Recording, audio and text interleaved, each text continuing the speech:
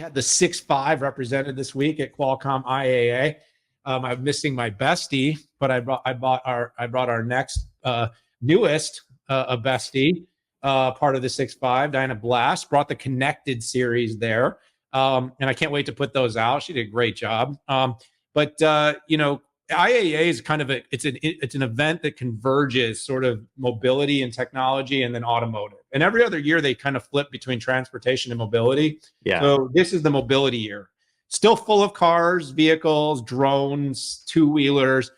Spent a lot of time with Qualcomm. Spent some time with CEO Cristiano Amon and automotive chief Nicole Dugal, as well as Chief Marketing Officer Don McGuire. So the company was in full force there. Had all its bigwigs there. And automotive has been a massive focus for Qualcomm. We've talked about this a lot, though, on the show. So not going to beat that to death. But that $30 billion pipeline is coming to fruition with these continued design wins that are coming from BMW, from GM, from from Mercedes-Benz. And by the way, there were some killer concept cars there, Pat. Really, really cool concept cars. Which is, by the way, it's like bringing love together for me. Vehicles. Well, it's like torture. Yeah. It's you see these cars that may or may not actually ever see the light of day, right? We just got to get rich enough that we can buy the concept car.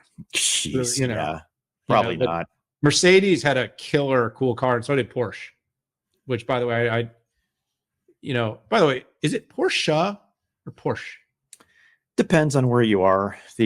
I've never quite known what's right. German pronunciation would be the Porsche. Okay. Well, they're right. And we're all they kind of created the name. So Dr. Porsche. But anyways, Qualcomm focused on, 3 or 4 really interesting things at this year's. One is we're moving from kind of ADAS and sensor-based AI in these vehicles to generative AI in the infotainment and management maintenance of the vehicles. So some digital assistant updates we're focused on is how generative AI is going to be part of these building blocks of the digital chassis. You're going to be able to kind of have an interactive digital assistant. So, and this brings a really interesting conversation about kind of when we're moving from device-based automotive control for infotainment to moving to fully onboarded generative capabilities. Because we all know that most cars today are, a lot of people are plugging into Apple Play. A lot of people are plugging into Android-based systems. And by the way, this still could be Android-based in terms of the interface, but in terms of, are we using the smartphone as the compute, or are we using the vehicle as a compute? And then for generative tools, where does that processing actually exist? So very interesting, but some very future-forward thinking about kind of how this digital assistant is going to work together. And then another one was the two-wheeler, Pat. So we've talked a lot about cars, but this was pretty cool. So, and that was teased in the Financial Analyst Day you and I attended in New York this year. Yes. And so, one of the things that Qualcomm really focused on, new partnerships with companies like Harley Davidson.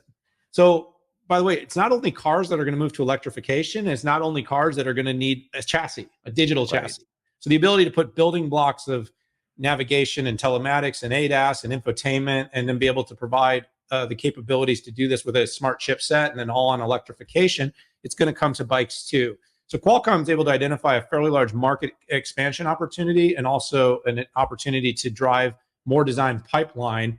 And, there's a strong amount of demand. It's not just two-wheeler. I think it's just kind of the ability for Qualcomm to be the provider of intelligent platforms for sort of anything that rolls or flies or floats. I'm waiting to hear about the boating interfaces to come next, Pat. And the corporate yacht, and the yet and the yar and all the other things that you move around in. So that was another strong thing. And there are a couple of other things that were interesting too, is, more partnerships with another one with BMW was announced. And Pat, this is kind of just a trickle of constant for Qualcomm. And you've seen they've kind of flip-flopped with NVIDIA.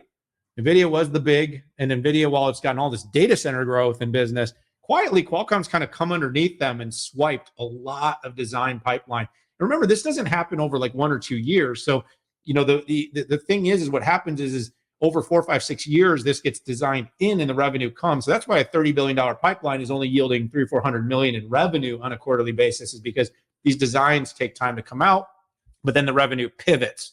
So what has happened is you've seen the kind of a steady flat to decrease across NVIDIA's revenue. It's because a lot of these new designs have gone over to Qualcomm. which this has been a real strength in its diversification. It's been necessary given kind of the rest of the portfolio and what's going on in the market with mobile devices, for instance.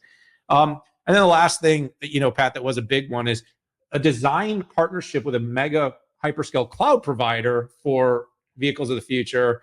And that was a commitment that the companies AWS and Qualcomm made to co-innovate around the future in automotive and mobility.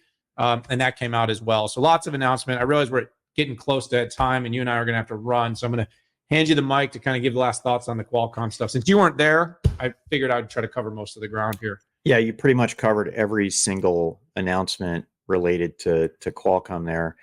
Yeah, What I would like to dive into, though, is the very provocative announcement. It was really a three-way announcement between AWS, Qualcomm, and BMW. And by the way, very rarely do you see this from AWS. And while I don't have all of the skinny on it, I feel like I can say enough to say that Qualcomm likely brought AWS BMW, and BMW is going all in on the A100 or variants of it. And as we know about Qualcomm, their IP, it's building blocks, right? So similar building blocks, just more of it that you might find in a smartphone will be supersized when it comes to Qualcomm's automotive. And if you look at the A100, it's likely a supersized version of that. BMW needed a development environment. And by the way, AWS and BMW said this is about the Neue Klasse. That means the new class of cars set to launch in 2025. That is not a lot of time to be able to crank this out. But there was a quote from Dr. Nikolai Martin, an SVP at BMW, where he tied together AWS and Qualcomm technologies, which we don't see that often. And I have to wonder, what on earth is NVIDIA thinking about all of this?